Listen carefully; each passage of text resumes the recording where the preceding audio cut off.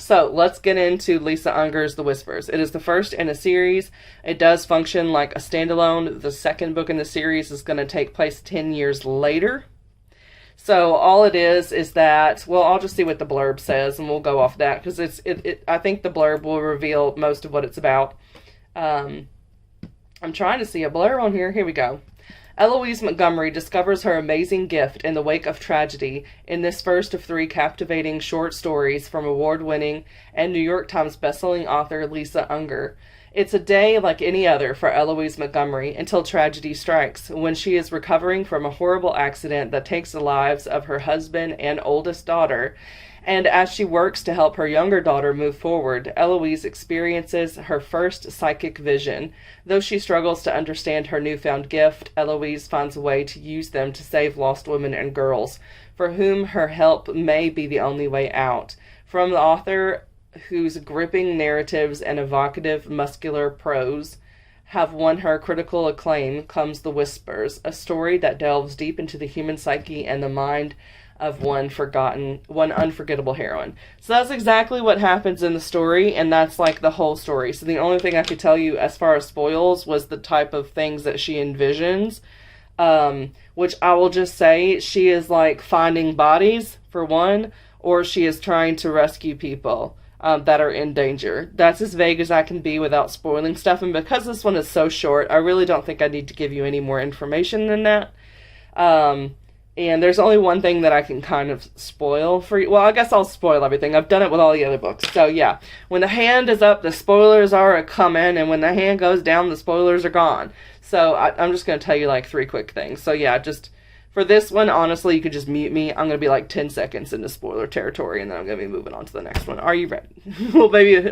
Oh, I also want to mention that there is some brief fat phobia in the beginning of the story. Basically where her daughters are just like overly concerned about food, and like not eating too much and all this other kind of stuff. But it's challenged fat phobia because the mom is like, I raised them better than this. They should not be worried about all that stuff. But yeah, so it's challenged, but it is there. Just putting it out there. All right, we go into spoilers now. Let's do some spoilers. 3, 2, 1. Hope you muted me or you're going to the next part of the video.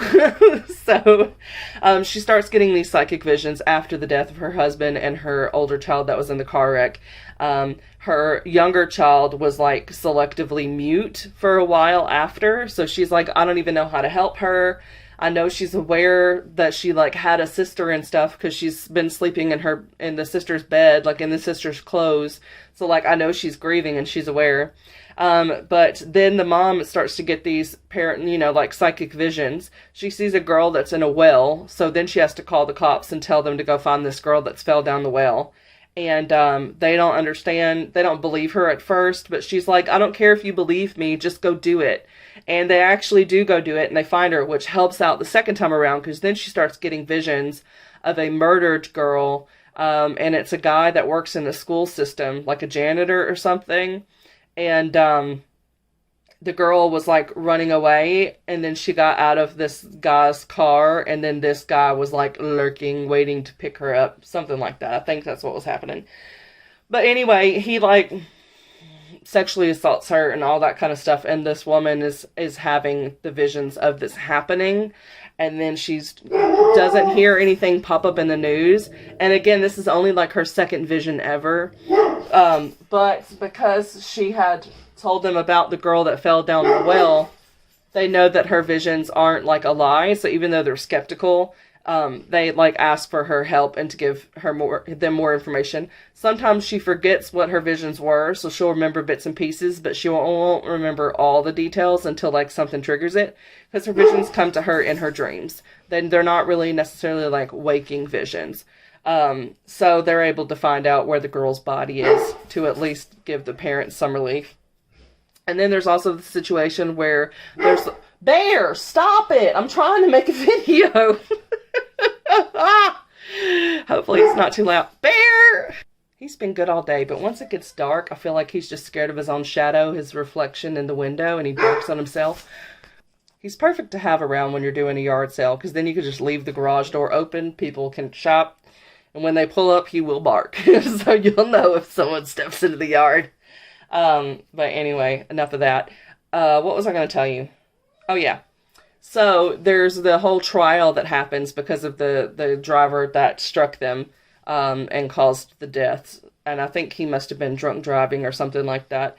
Well, the mom comes to terms with everything and is like, you know what? This guy has already like ruined part of our lives by taking away our loved ones. If we ruin his life by him having to go to jail for a long period of time, that's going to affect his wife and his child. Like, I don't want to do that to another family. So she pleads for leniency on his behalf, even though he doesn't deserve it, for the sake of his loved ones, which I think is pretty brave. And she forgives him while he's on trial and everything. The daughter is like, I don't understand how you could possibly forgive him. And the same thing with the media. But it's like this woman has already experienced these bad things. She just doesn't want one bad thing to cause more bad things by trying to get justice. So she's able to kind of move forward. And the daughter, she's just like, I'm not going to make you forgive him or anything. You don't have to do that. But, your anger is not making you feel better. So if you do ever come to forgive him, I think that's what's going to help you feel better and be able to move forward. So I just think it was a really positive message. And then they also had the trial for the murderer that she caught that was going on at like the same time. So it's just a really interesting story. But yeah, so I would recommend that. I probably will continue on with the series, maybe even as part of this project.